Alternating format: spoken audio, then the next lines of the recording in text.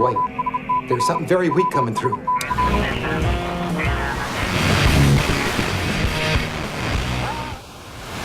A long time ago, in a galaxy far, far away.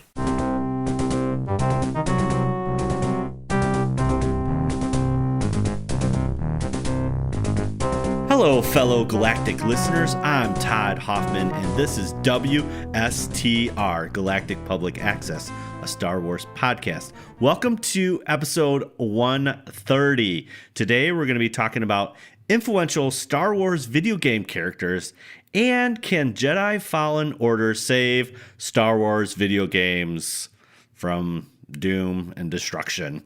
Joining me for Doom. That's another video game. That's right. You can hear him right now. Joining me today, as always, Mr. Aaron Julian. A pleasure to be back. Thank you, Mr. Todd. You're welcome, Mr. Aaron. And Miss Heather Allred has the day off, but we will miss her very much. But for now, gentlemen's night. Oh, guys' night out. Here we go.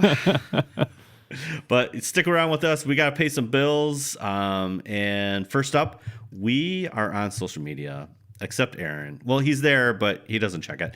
We're at WSTR Media, all one word, all lowercase. You can email us at mailbox@wstrmedia.com. Leave us a voicemail, 630-557-WSTR. That's 630-557-9787. We want to hear from you. I mean, we want to hear your gorgeous voice blasted across the galactic holonet. Don't be shy. The Force will be with you always. Our entire back catalog of episodes. You can find all the links, all the hyperlinks in hyperspace at podcast.wstr.com. Hey, we are sponsored by Audible. It's a free, no-risk way to support this podcast. Audible is Amazon's Audible book service, and they have like 425,000 titles, and they're adding things daily. So here you go. audibletrial.com/WSTR. Get your free 30-day trial. You get one free book, and then they have this thing called Audible Originals, and you get two of those. Aaron, two. Aaron, what is July's or Audible Originals? You could choose two, but there's more than two, right? Yes. So they got a different rotation every month. It's like if you sign up for a wine tasting list, and they'll send you one or two a month. Right. It's like one of those, but with audio book projects things. They're like, I don't know what they're called. They're Audible Originals. That's what we call them. They're exclusively to Audible, but they're Audible books. Yes. Yep. Can't get them anywhere else. Right. But here is WSTR's recommendation for July. Oh, what is it? And it is The Adventures of Tom Stranger, Interdimensional Insurance Agent. I'm ready for that one. Okay. All right. Let's give you a little taste here. Okay, tell me about it. Have you ever seen a planet invaded by rampaging space mutants from another dimension or Nazi dinosaurs from the future? Don't let this happen to you. I feel like I need like a 1940s announcer voice. Yes, please. Rifts happen, so you should be ready when universes collide. A policy with Stranger and Stranger could cover all your interdimensional insurance needs. Rated number 1 in customer satisfaction for 3 years running. No claim is too big or too weird for Tom Stranger to handle. But now Tom faces his greatest challenge yet. Despite being assigned the wrong and woefully inadequate intern, Tom must still provide quality customer service to multiple alternate Earths, all while battling tentacle monsters, legions of the damned, an evil call center in Nebraska, and his arch nemesis, Jeff Conundrum. Armed with his combat wombat and a sense of fair play, can Tom survive? And will Jimmy the intern ever discover his inner insurance agent? It's time to kick ass and adjust claims. Well done. The Adventures of Tom Stranger, Interdimensional Insurance Agent. Brought to you by Audible, only available through Audible. Yeah. And one of several picks this month for your 2 free Audible originals. That's awesome. There's also another It's not part of the selection this month, but there's Okay. another Tom Stranger book. Yeah. Called A Murder of Manatees. There you go. Anyway. So, well, yeah, you can get this one for free, and then maybe you're like, hey, I love Tom Stranger, so I gotta do this. Dude, so this is kind of with July the 4th and stuff. I listened to another Audible original last month. It was one of the choices for June, and was The Dead Drink First by Dale Marriage, I think I'm saying. I don't know. So this guy's a Pulitzer Prize winner author, and he basically, his dad was in World War II, and his dad had this picture of him and this buddy, and his dad really didn't talk about his buddy too much because he knew he died in the war, but he didn't know where and all this kind of stuff.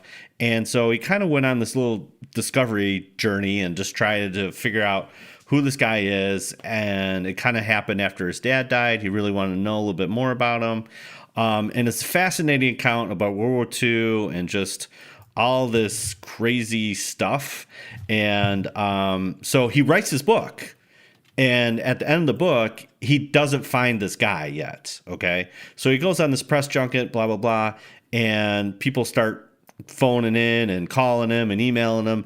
And it kind of starts this whole other thing. And that's what the Audible original is about. It's like taking a little bit part of his book journey, but then this whole other thing happened after the book was published. And it's fascinating. It's absolutely fascinating. Whoa. So, that's still out there, but you can't get it for free because it was in June. So, but yeah, I would highly recommend it. Don't miss out. Don't lollygag. Don't lollygag. Don't lollygag. It's a limited time offer. That's right. So all you have to do is go to audibletrial.com/WSTR, get a free book, 2 Audible originals, and you are set. And you can listen to Tom Stranger, and we want to hear about it. So there you go. We also got merch, store.wstrmedia.com. And yeah, we basically almost could cover you head to toe. So go over there, check it out, and get your t-shirt, whatever, socks, hoodie, whatever you need. It's right there. Aaron, since Heather's not here, you have to tease that news for us, man. All right, I will try my darndest. Okay. So, here's a little taste of what's to come. Okay. First tease, Force Ghosts. Ooh. Second tease, Surrender. Okay. And third tease, merchandising. Merchandising. Merchandising, where the real money from the movie is made. It can't be Star Wars without merchandising. Exactly. Well, Todd, do you hear that? What is it? Do you hear that? It's I could barely hear it. It's very weak, but it's coming through. Okay. We've intercepted Imperial transmission. Oh, dude, you hacked it? Yeah.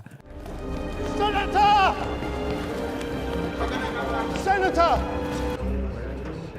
Intercepted Imperial transmission, Mom. Okay, Right. so this is coming straight from the Communications Control Center at WSTR headquarters. Ooh, good. We've been scouring the HoloNet. Yes. The communications lines across the galaxy, and we've come upon an intercepted Imperial transmission. Love it. This is from one of our agents in the field, Mr. Charles Westcott.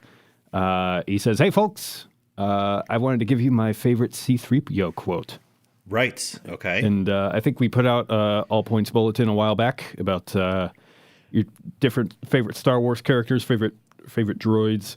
And this is C-3PO quotes. Favorite C-3PO's quotes. Okay. yeah, here it is. Yep. It's against my programming to impersonate a deity.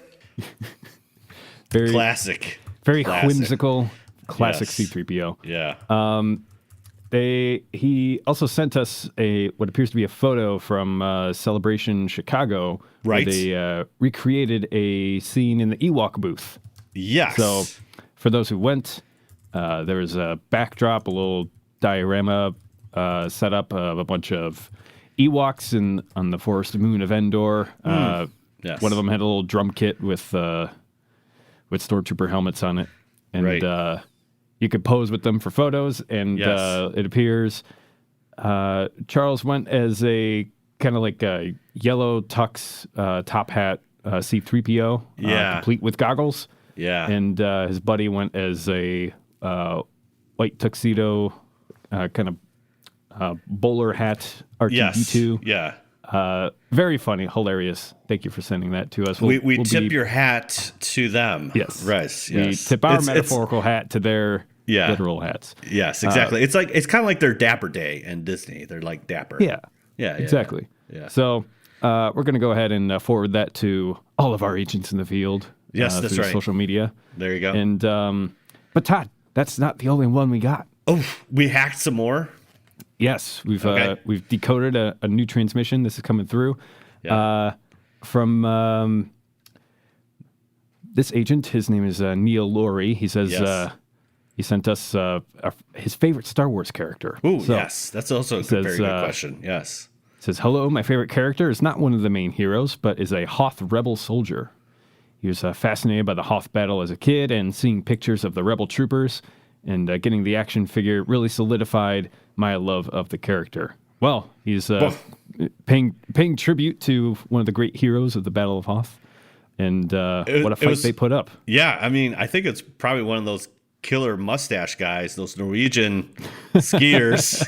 Yeah, probably. Yeah, Neil is Mr. Positivity there, Star Wars Positivity on the old Twitter. So shout out to Neil. Oh, awesome. Yeah, he's Mr. Positivity. So I like the deep cut. I mean, come on, everyone could pick like the heroes, but this guy's going Hoth Rebel Soldier. How many people? That's a deep cut, man. So I love that. He likes the guys in the background, the people who, they're doing their job, and it's not for the glory. It's not for fame. It's just he probably got shot thing. down by a huge AT-AT, and that's it. That's it. He's dead. Yep. But he fought. He fought on the Battle of Hoth. He's in the records, the HoloNet. All right. Well, that about ends our segment here with the intercepted Imperial transmission. Yeah, we're dropping questions every day, so you can tweet, DM us, email us, voicemail, whatever you want, and we'll put it on the next show. So, I think, Aaron, it's time for Twitter Trash Compactor. Get in there, you big polio! I don't care what you smell! Get in there and don't worry about it! So, okay, every month every week. What am I saying?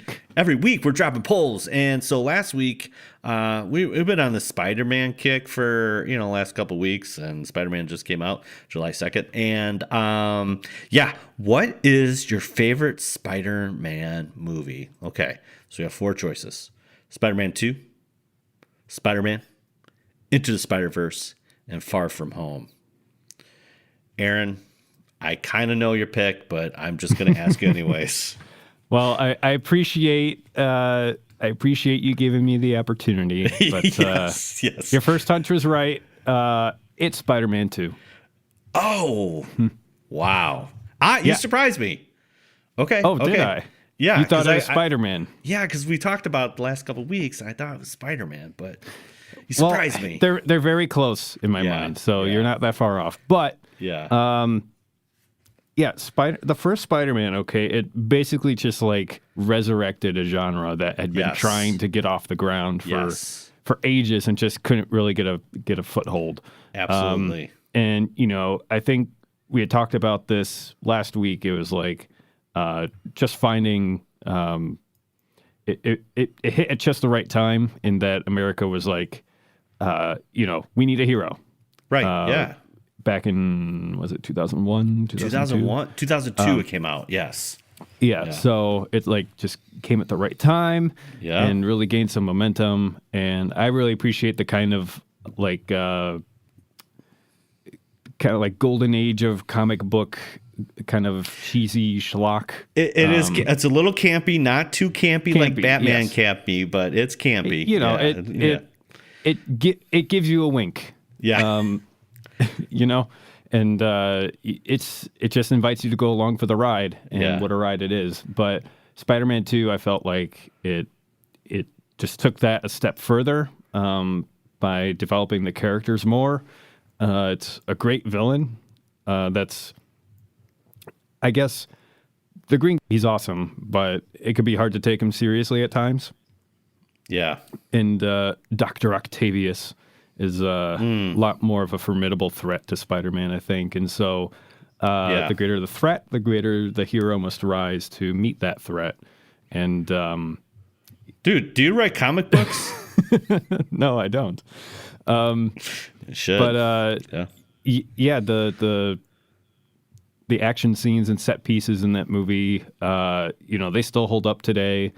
There's a particular scene I love where it's when Doc Ock, he's got the octopus arms on his back. He's just been taken to the hospital, and like the arms kind of come to life and defend him before he comes to. Yes. And it's straight up Sam Raimi it's so horror. Sam Raimi. Yeah, it's straight up horror.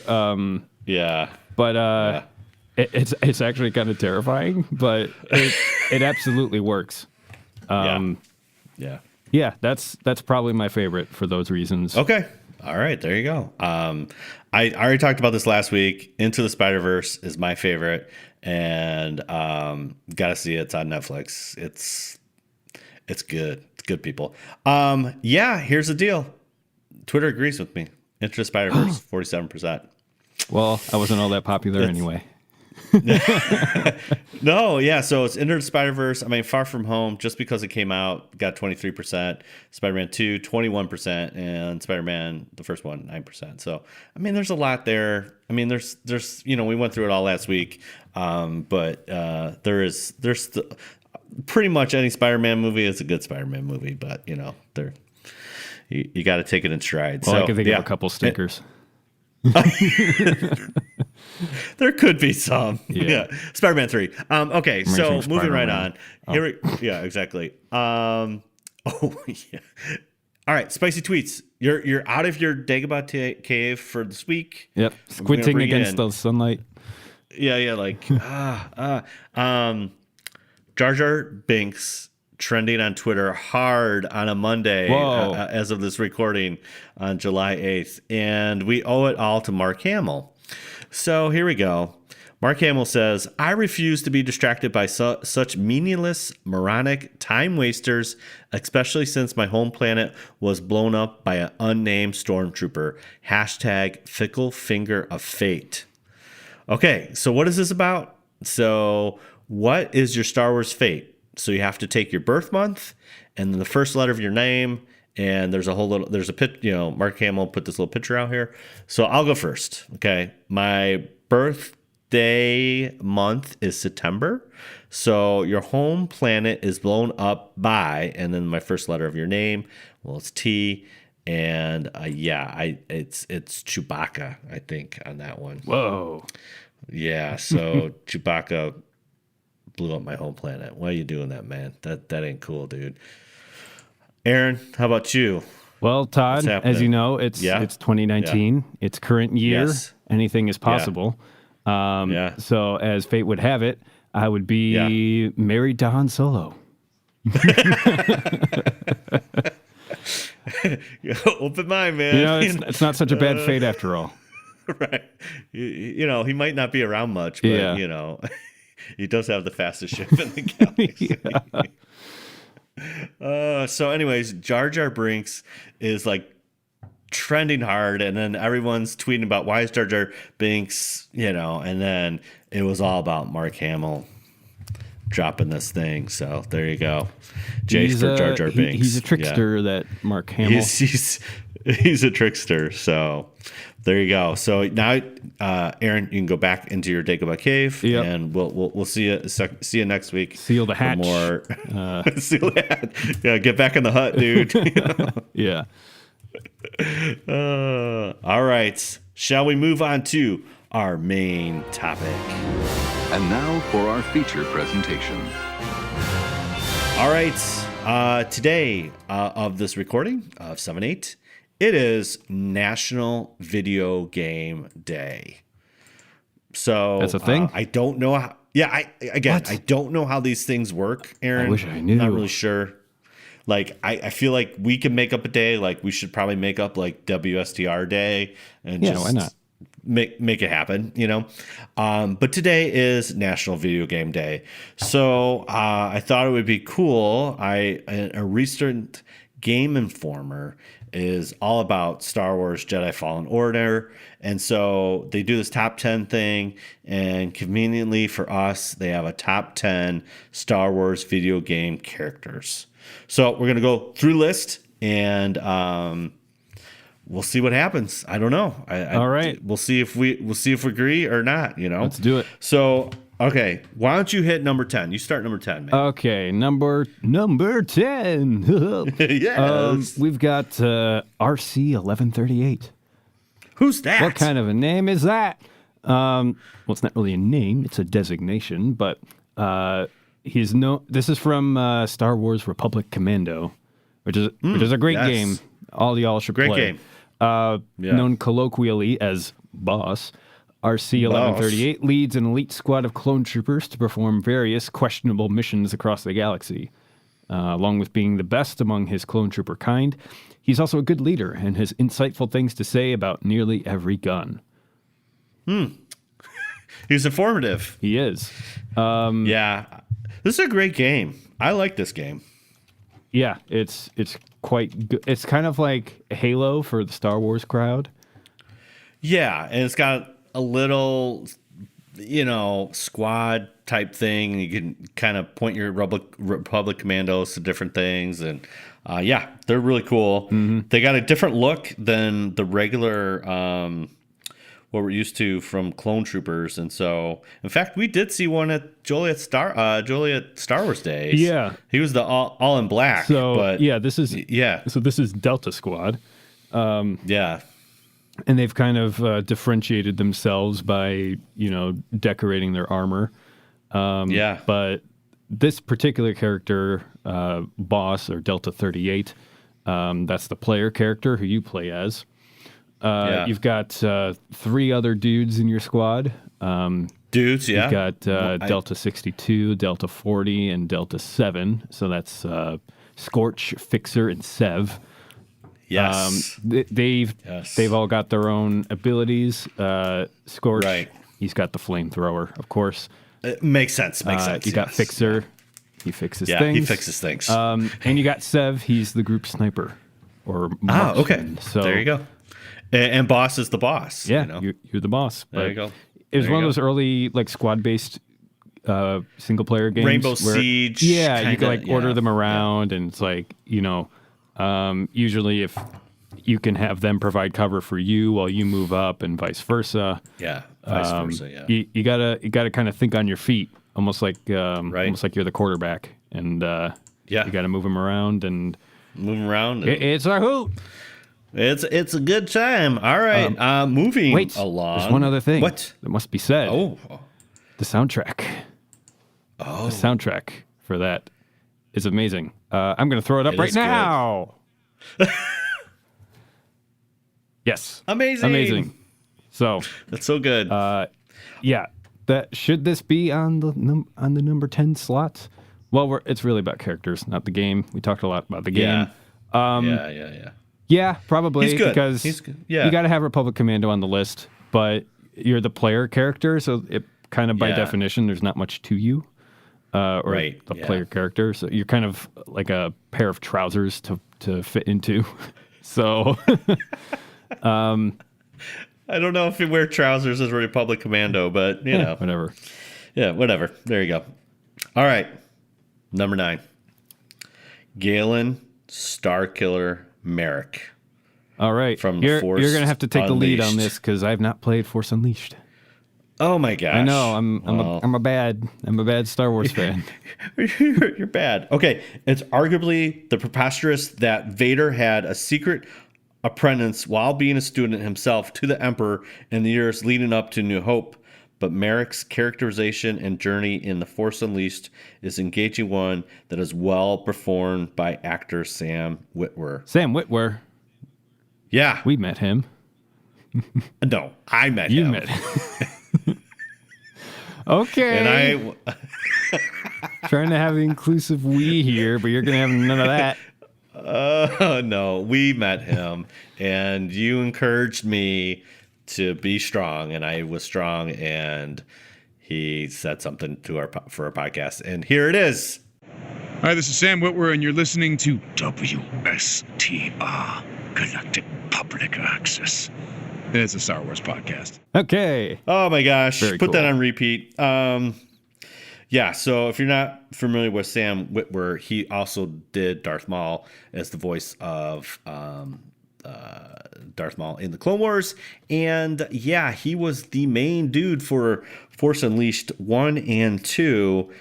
I really enjoyed this. It's a classic single player combat heavy with, combos with your Jedi lightsaber. And yes, you are a secret apprentice to Darth Vader. And Darth Vader does you over and kind of sends you out because he wants to think that you're dead and you go on this journey. But before Disney took over, his family crest is the rebel symbol at the end. So that's how we got the rebel symbol, because he was kind of the first rebel. He decided to be turned to good, and oh yeah, it's great. It's a fun game, and the game is Lucas Arts did a lot of different stuff with the physics engine and did a lot of cool things with the force powers, and it for its time, it's a good game. It still holds up, and yeah, Galen Starkiller Merrick is cool. So there you go. And Starkiller, one more last thing. Starkiller was actually Luke Skywalker's original name. That's true. So there you go. In the first story treatment. And then Starkiller Base is in Force Unleashed. Yep. Or Force Awakens. Yes. Okay, I'm done. Move on. Okay. Number 8. This one should be much higher on the list. I can hear JD screaming into my ear when he. Yeah, we need like a sample JD voice. Yep. Darth Treya/Kreia from Knights of the Old Republic 2. Yeah. So this, she's a mysterious old woman who shows up and joins your group early on. Very mysterious. Doesn't reveal much about herself.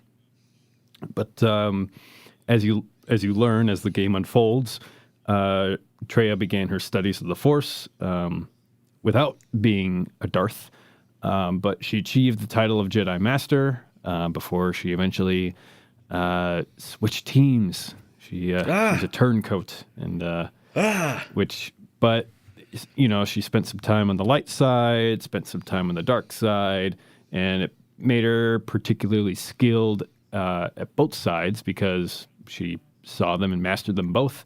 And then she kind of emerged as this kind of gray Jedi archetype. So, has some balance in the Force, does she? Yes, exactly. So she's a powerful manipulator, but she still has some light in her. Interesting. But yeah, very, very complex, detailed character. Cool. In a video game, Aaron? I know. I thought it was just the Atari and the shoot 'em ups and missile command. Right. Pew pew. Yars revenge. Right.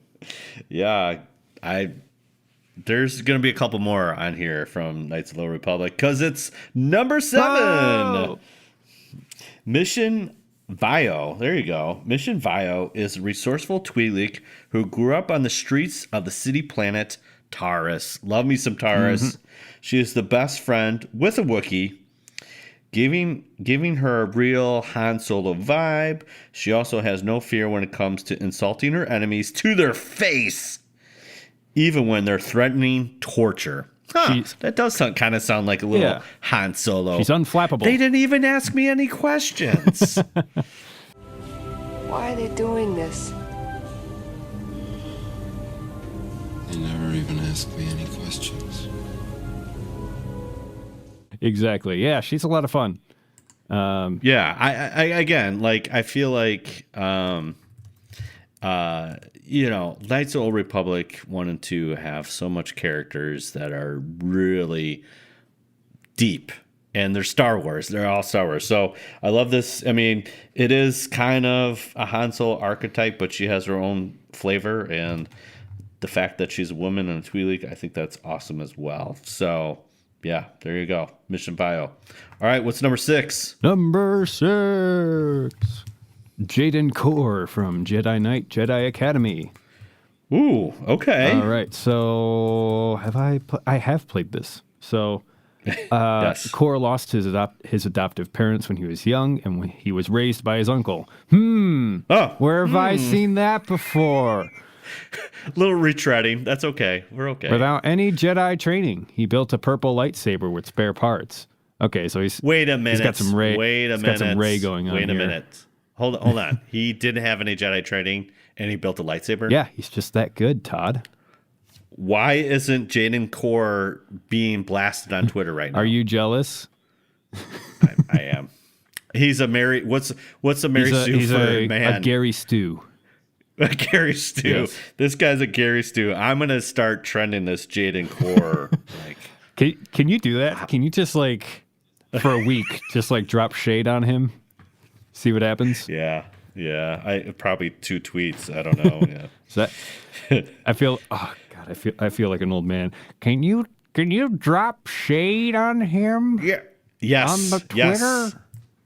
Yes. If you just Jaden Core, you don't even have to hashtag it. It's right there. Twitter will pick it up and wait a minute. Yeah. Wait a minute. First Jar Jar Binks. Yeah. Now Jaden Core. What's happening? So he built his own purple lightsaber because you can't have a regular lightsaber. He's got to have the special. Wait a purple minute. lightsaber. I thought Mace Windu only had the purple lightsaber. But Todd, he's just that good.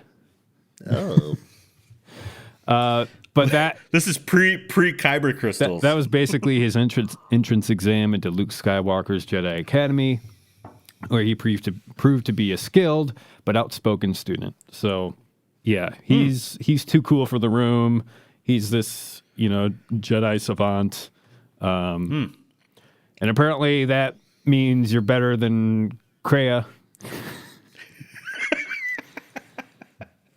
All right. What do we got next? All right. Number 5. Darth Nihilus. Knights of the Old Republic 2. The Sith Lords. Nihilus is the antagonist in KOTOR's sequel, and he is appropriately intimidating with twisted motives and abilities. But our favorite thing about him is his design. Just imagine how you feel if you confronted that mask in a dark hallway bathed in the glow of a red lightsaber. Dude, this guy looks cool. Darth Nihilus, Yeah. There's actually a lot more. I've seen this pop up a little bit more, at Comic Cons and 501st, and get a little traction. Little Darth Nihilus. He's kind of rounding out the Sith Lords. He's a favorite of JD as well. So I should have known. Yeah, he's a cool cat. He's a cool cat. He is, and he looks great. He does look great. So that's all you need in Star Wars. Good look, couple lines, you're good to go. I know. They really need to put him in a movie because it's one look and you're okay, it's the Darth Vader effect. He's the coolest guy in the room. I want to know everything about him. Yes. And you immediately and you're not going to know attention. everything about him. And exactly. All right. Number 4. Okay. Bastila Shan from Knights of the Old Republic. Lots of KOTOR love on this chart. So, who is? It's it's the only best video game in Star Wars. Right? Okay. I think it's because we're in a drought of Star Wars, and they're just reaching back to what's, the best of the best. And it's okay, come on, we need more of this, please. Okay, so Bastila Shan is a powerful Jedi who defeated Revan before KOTOR's events kick off, but she is not immune to the temptations of the dark side. Ooh. So Star Wars is so often about good versus evil without much gray area. But someone like her makes a really interesting and dynamic character because it's it's not. This one's interesting, yeah. Because she won. She beat the dark side, but it's still got a hold on her in some respect. Yeah. So yeah. Yeah. I mean, it's true. It's true in life too. Like kicking any habit or addiction or anything that can bring you to your demise. It's like you can get some victory over it, but the fight's never over. That's right. Yeah, preach it, dude. Yeah. Yeah, I think this is just one of those things where you defeat who you think you to be defeated, but it's still inside you, and that's the inner struggle, and that's what makes her interesting. You know? Mm-hmm. All right. This guy's a favorite. This is a fan favorite right here. Number 3. Number 3. Knights of the Old Republic again. Revan. There's a reason KOTOR's cast makes up so much of this list. Huh, yeah, we see that too. It has some of the best characters and narrative of any non-mainline Star Wars story. Holla! Raven is a mysterious Sith Lord whose apprentice is running amok in the galaxy, and your ties to him are closer than you realize. Yeah. Yeah, Revan also has a ridiculously cool mask and a cool look. Mm-hmm. He flip-flop too. They don't say that about here. He flip-flop. He's awesome. He's awesome. We had an episode way back when. Dude, this is early WSTR. Yeah, this is like with your buddy. I'm trying to find it, but it's deep. It's deep so in the Jedi archives. Yeah, it's very deep in the Jedi archives. I want to say below 10, dude. I think it's like one of her. Yeah, it was like single or double digits. That's for sure. Yeah, yeah. Okay, I've got it. Episode 9, Missionary of the Force. So, dude, my buddy Ahmed, he talked about it's a heavy episode, so I don't recommend it lightly. Yes, put the kids to bed first. But he talks about his experience with the Egyptian Civil War, how he uses Star Wars to kind of cope with his traumatic experiences, and he identifies very much with our man Revan here. Yeah, especially the kind. Great story. Yeah, absolutely. So. Wow. Yeah. See, we were good. Dude, how good are we? We're like 10 single digits, 9. Yeah, we were pretty close. So. Oh man. All right. Yes. This is my favorite game. Dark Forces. Ooh. Kyle Katarn. There you go. The original guy who stole the Death Star plans. Yep. Before Jyn Erso. Before they wrote him out.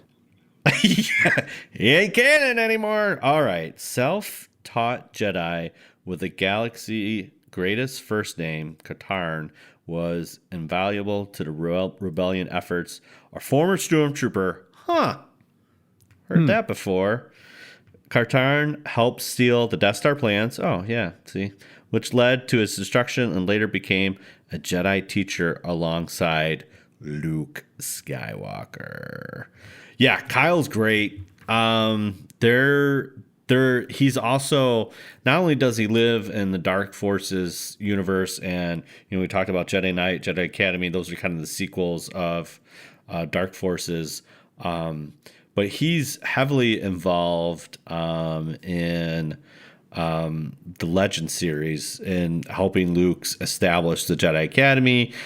Great, kind of like not really, like a former stormtrooper turned Jedi, and having those abilities, but he becomes a real leader in the rebellion and with the Jedi, and really cool character, really, really well developed throughout the Legends. So yeah, Kyle Katarn is definitely, I think this is well placed. He's the man. He's the man. All right. Save the best for last. All right. Drum roll, please. Number 1, HK-47, Knights of the Old Republic. Meatbags. All right.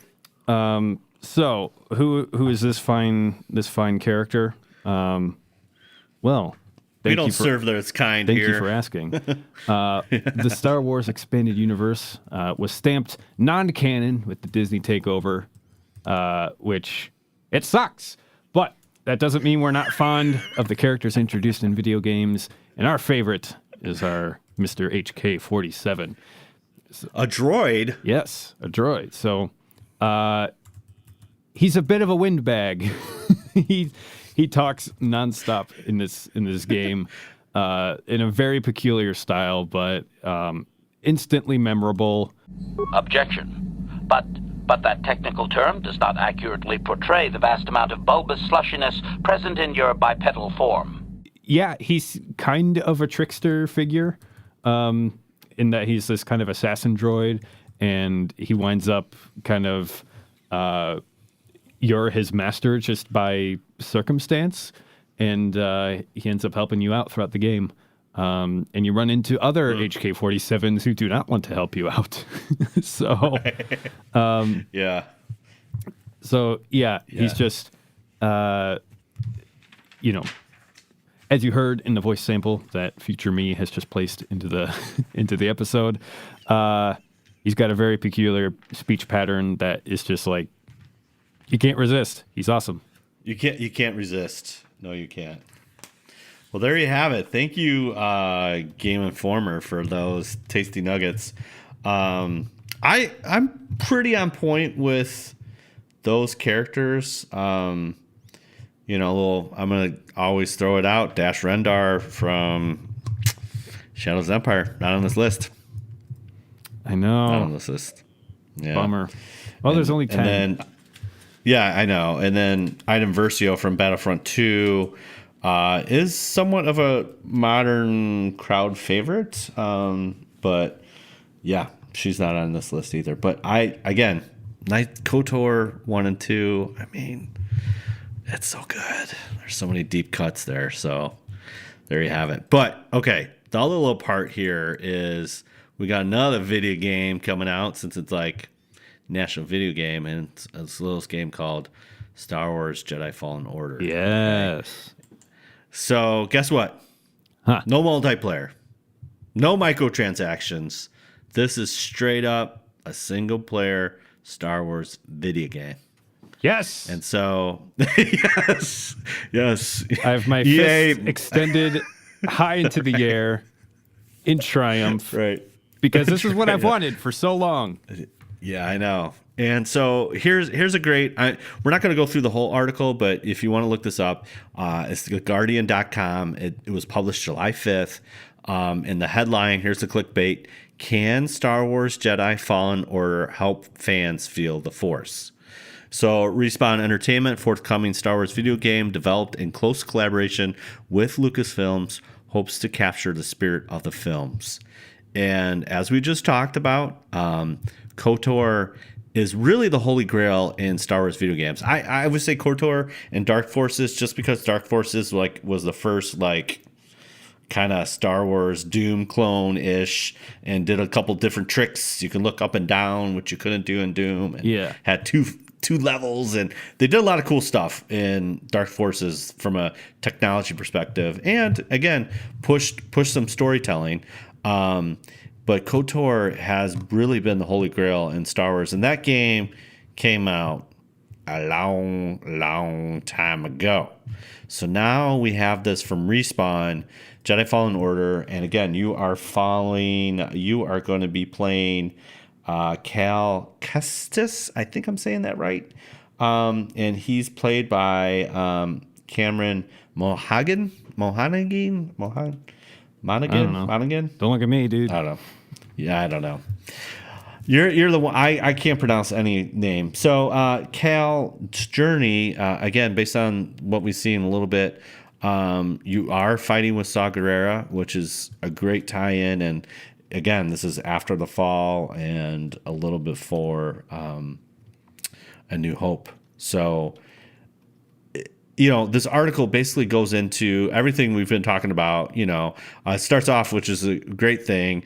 In 1983, millions of unsold cartridges of Atari game E.T. the Extraterrestrial were secretly buried in a concrete-covered landfill in New Mexico.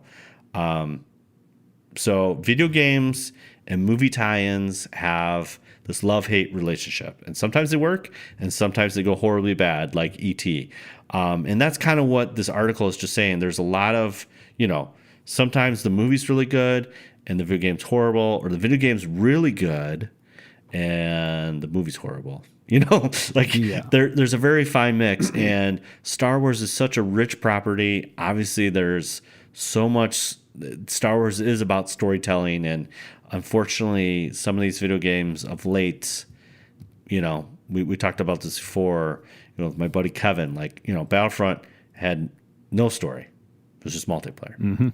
Then Battlefront 2, they bring in story, and they say, oh, you're going to play like the Emperor, you're going to be a bad guy, and well, story alert, she turns. And so now most of the game you're playing as a good guy, not a bad guy. It's like, dude, come on. You told me I was going to be a bad guy, and now I'm not a bad guy. See, you know? I was with you for a bit, but I was tracking with like the first Battlefront 1 and 2. So I'm like, you do play as the bad guys, kinda. Vader's fist. Yeah, I'm sorry. I should.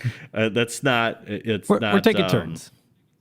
Yeah, I'm sorry, man. This is the new EA. I know. This is like. I know. It's. Yeah, I'm stuck in my old ways.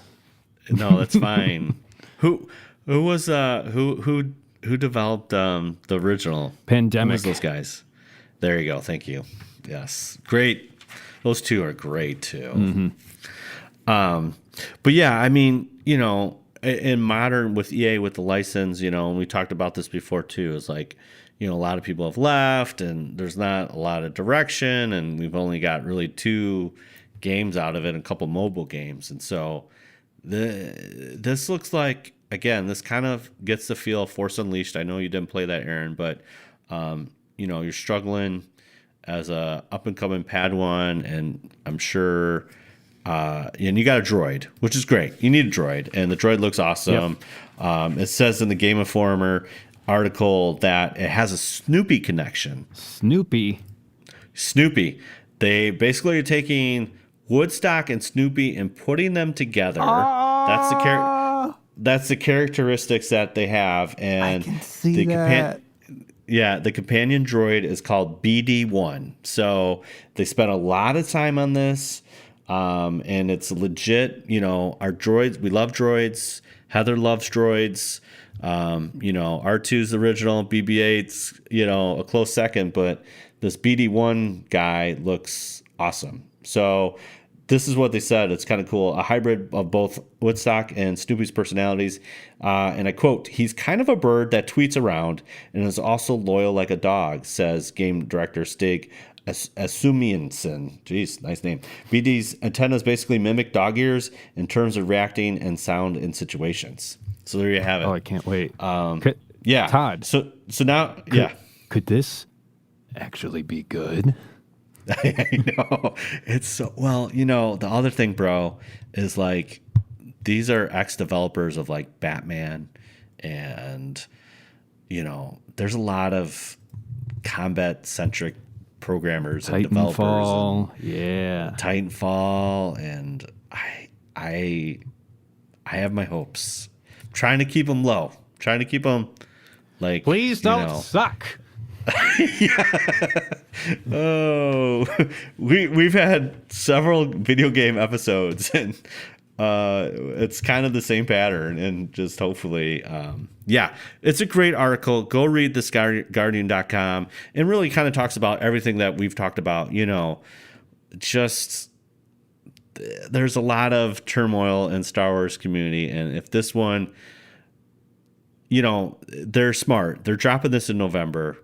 Play the game, you know, and then you're going to go see Rise of Skywalker.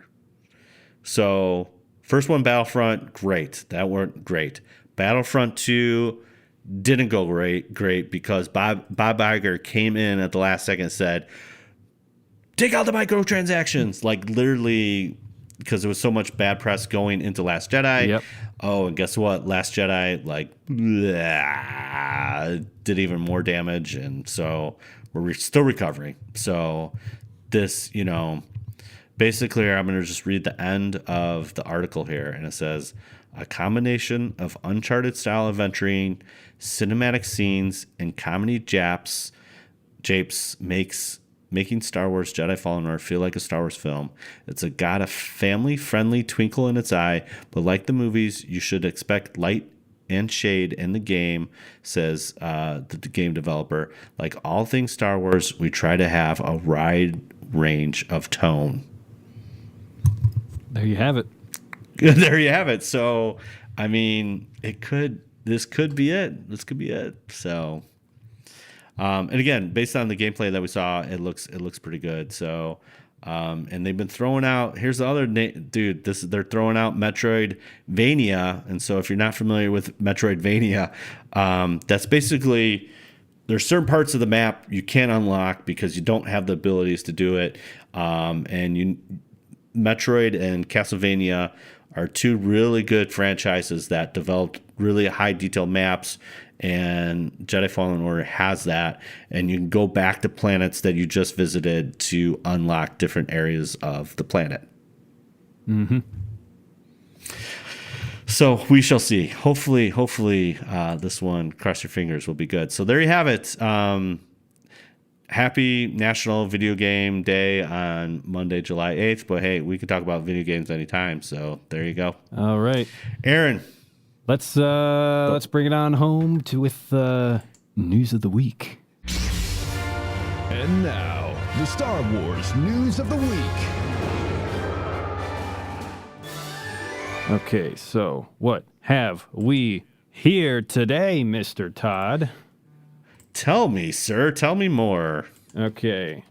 What we have here today is we've got something about a Force ghost, a ghost town. What could it be? We've got I don't know. I cannot talk today. Guests claim Disneyland feels empty after the opening of Star Wars Land. This place is a ghost town. Oh my gosh. So, despite it being the height of summer vacation season, tourists are saying that Disneyland is surprisingly empty.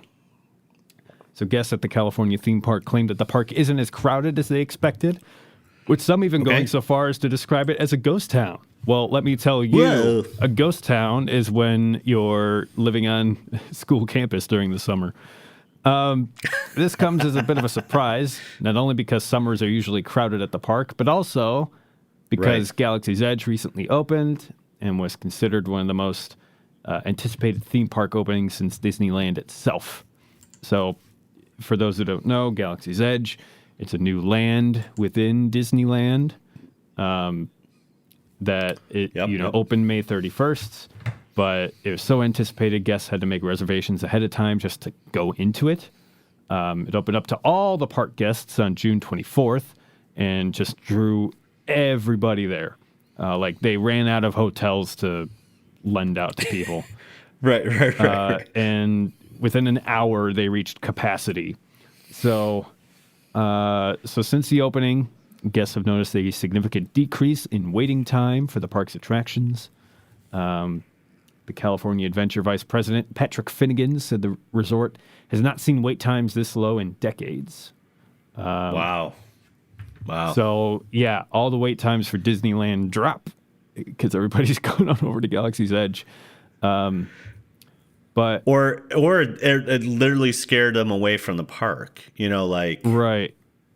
And I think also, too, based on your pass holder level, they only allowed certain people to go at certain times. So there was a lot of restrictions, and I think they were just trying to try to manage the crowd, and to the point where everyone just kind of I'm going to back off totally and not go, Yeah. But here's the other thing. Disneyland has gotten bigger, geography-wise. They have widened walkways and narrowed the planters to allow as many people to flow through as possible. And they also had several other attractions open at the same time at California Adventure, so that could cause people to disperse more evenly. But also, annual pass holders for Disneyland, they got blocked out. They got blacked out for a lot of dates during the Trade Federation. Exactly.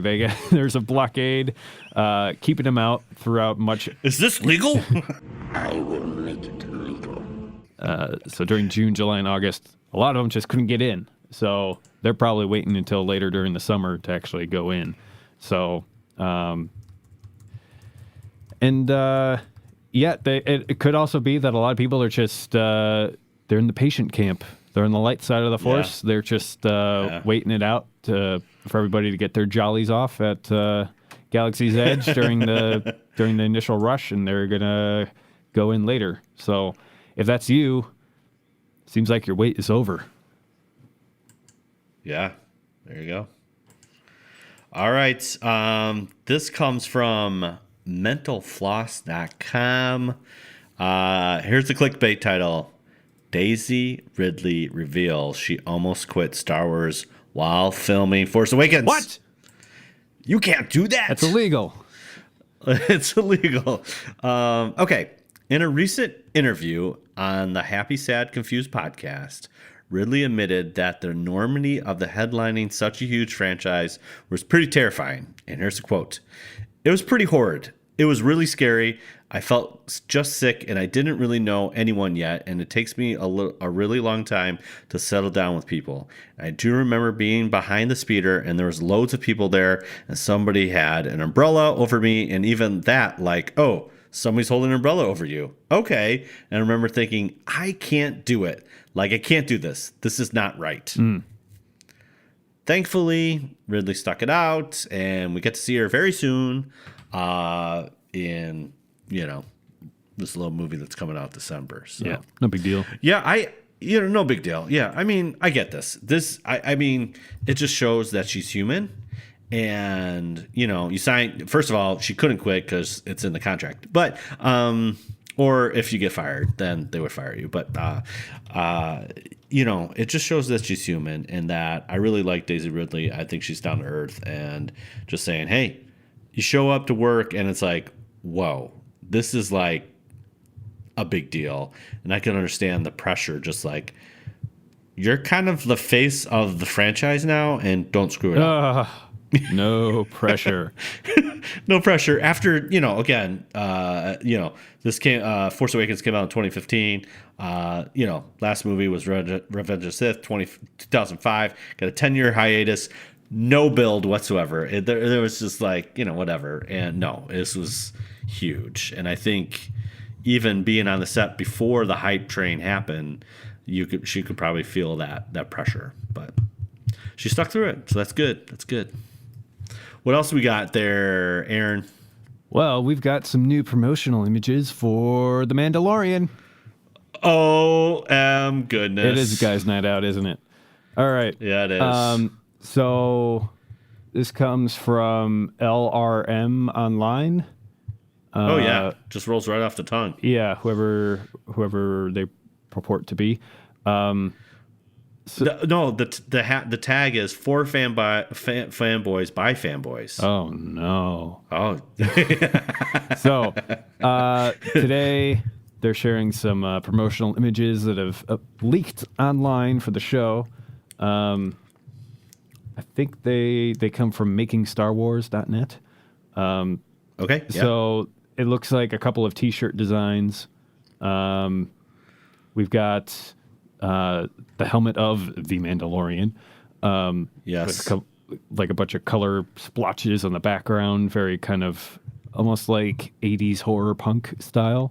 Yeah. I'm feeling it. And then we have a more subdued kind of, we've got what we thought was IG-88 is actually, it is not. It's actually revealed to be IG-11. So we've got... Yeah, he looks just like him, but those droids, cousins. Cousins, right? Yeah, it's just kind of like a black gray background with kind of like soft light on them, almost like Renaissance style. Just IG-11 with the kind of Mandalorian bounty hunter logo underneath. Yes. And then we got another image, will have to get this which is kind of like a hero shot of the Mandalorian against what looks like a kind of icy, windswept backdrop, and he's got the armor and this one's a little bit lighter. Yeah, looks. He's got the armor on, the rifle slung over his shoulder. It's exciting. So, it looks like they're kind of if these two are to be believed, they're kind of setting up the Mandalorian and IG-11 to be kind of rivals, which could be a pretty cool dynamic. The reason why I think they're not going with IG-88 is because as soon as you do so, you're going to be setting yourself up to have some story conflicts where, you know, someone's going to dig into the vault from decades ago where there was this one comic with this one panel where IG-88 said this one thing and it completely contradicts what they do at the thing. And it's like, all right, just start it clean. He's not IG-88, wink, wink. He's IG-11. Put a little Groucho Marx mustache on him and you're good to go. Right. Good to go. Yeah. Yeah. Well, I you know, again, we might just have to take off November and December because Mandalorian's dropping in November, Jedi Fallen Order's dropping in November, and then right after that, you got some Rise of Skywalker. No big deal. I'm gonna fail out of school. Yeah. Make sure you get all those papers done before. Yeah. Well, you know, I'm also interested if Disney Plus is going to do one episode a week, or are they going to do like a Netflix thing and drop the whole season?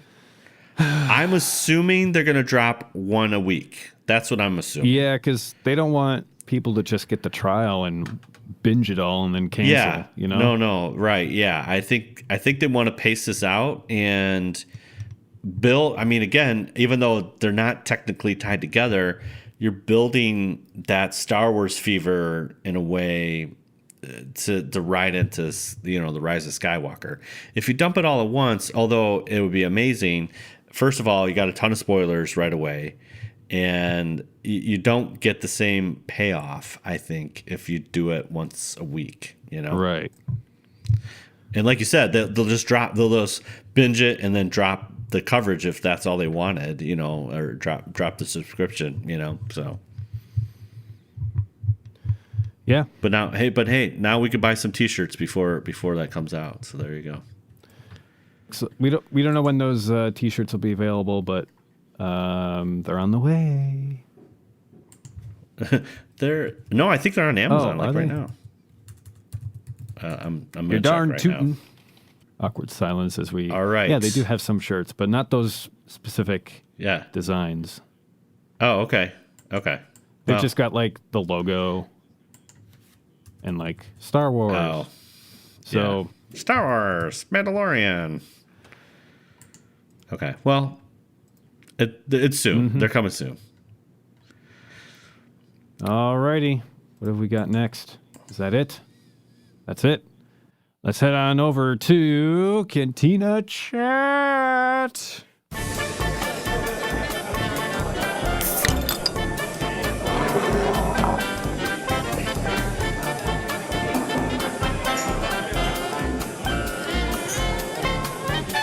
All right. So, you know, every week we got to talk about geeky stuff. So, Aaron, what's been going on with you this week, my friend?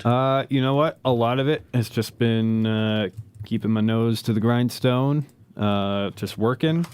I got another video.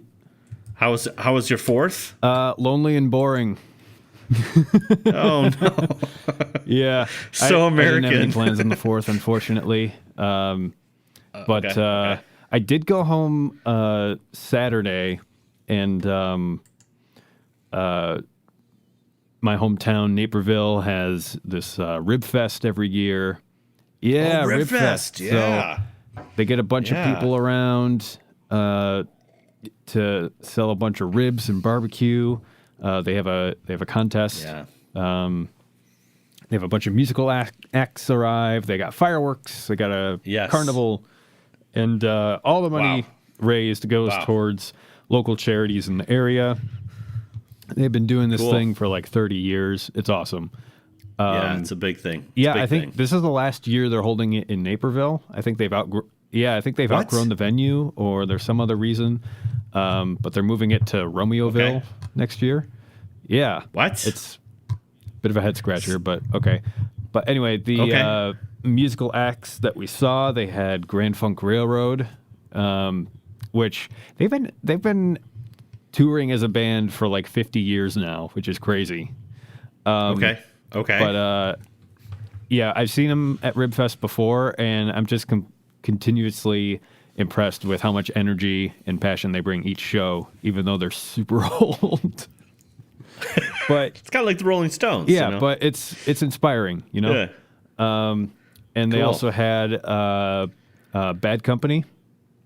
They played there. Okay. And yeah, it was a Nice. nice show. My folks came in from Wisconsin. My aunt and uncle, and we caught up. I went home, got to see my dog. Yeah. It was a great weekend. Oh, good. What's up with you, Todd? But yeah, kind of slow week. But like I said, I finished that Audible original, The Dead Drink First. Really good. I felt a little bit more patriotic. Yeah. Going into July 4th, just really learning a little bit more about history and yeah, it's very interesting. And I didn't know like 82 million people died in World War II. It's like crazy. And yeah, it's fascinating. And just hearing all these kind of stories that the veterans that served, it's just very inspiring. And, realize they're just kids going into the field, and it's crazy. So that was sombering, but also very interesting as far as just the perspective of war, and there are no winners in war and that kind of thing. And just very cool. So did that. Been playing a lot of Battlefront with Trent, which is always fun. I always enjoy playing some Battlefront until I get some Jedi Fallen Order in my life, But it's always fun playing Battlefront with him. Saw Far From Home, the new Spider-Man flick. It's great. I liked it. Yeah, it was good. They did a lot of different things in here, posts, Endgame and kind of the first one out of the gate, and I thought they did a really good job. And it's somewhat comical. I don't want to give too much away, but they call it the blip. That's what they call it. There's a lot of the beginning part is actually kind of funny as far as how they handle, people coming back in high school and stuff like that. But yeah, really well directed. Jake Gyllenhaal is amazing as Mysterio. Really good job as Mysterio. Tom Holland, he's my Peter Parker and my Spider-Man. He did really good. And yeah, just the ending, no Stan Lee cameo, unfortunately, first non-Stan Lee cameo, which is sad, but they do bring back the end credits, and there's 2 of them, and both of them are fantastic. So highly recommend it. Great flick. Yeah, so that was my week. Alrighty, thanks for sharing with us, Todd. Let's go ahead and wrap this up, shall we? Oh, let's. All right. Yes. So thanks again for listening to another episode of WSTR Galactic Public Access. Once again, you can check us out on social media. Well, everybody except for me at WSTR Media, all one word, all lowercase. It's kind of like having a vacation home. Like I have social media accounts. I just never use them. I never visit them. It's like that timeshare. It's like that timeshare. Yeah, it's more like a timeshare instead of a vacation home. Yeah, it's there. It's there. Yeah. Right, yeah. But anyway, we want to hear from you. Anyway. So comment, tweet, rate us on iTunes, email us at mailbox@wstrmedia.com. Leave us a voicemail at 630-557-WSTR. That's 630-557-9787. Leave us a voicemail, and we can play it on an upcoming podcast. You can catch our entire back catalog of episodes at podcast.wstrmedia.com. And you got us to 700 followers on Instagram. And Todd, can I go ahead and reveal the winner? It's already been revealed. But my buddy David Sager, you won. Dave. You got a t-shirt, sticker, and a mug. He won. So if you That's right. Yeah, we tried to get to Heather threw down the gauntlet the other week and said, let's try to get 750. We didn't make it. That's okay. We have 700, and we're very appreciative of that. And Dave did it, man. He's like, I'm going to do it. He followed, commented, did all that fun stuff, and we picked them out randomly, and bada bing, awesome. Bada boom. T-shirt, sticker, and mug. Yeah. So thank you for all the followers. We really appreciate it, and thank you to David. It's coming. It's coming in the mail. It's happening. It's coming through hyperspace right now. Alrighty. Well, we got merch over at our merch store, store.wstrmedia.com, care of the good folks over at Teespring. And next week, episode 131. We're going to be talking with our good friend Jeremy about his adventures at Batu/Galaxy's Edge. Speaking of ghost towns, his experience was anything but that. Right, exactly. All right, so with that, Todd, I think we know how to close this out. Now this is podcasting. Done it for an order. Please don't stink. Guys, night out. Guys, night out. We love you, Heather.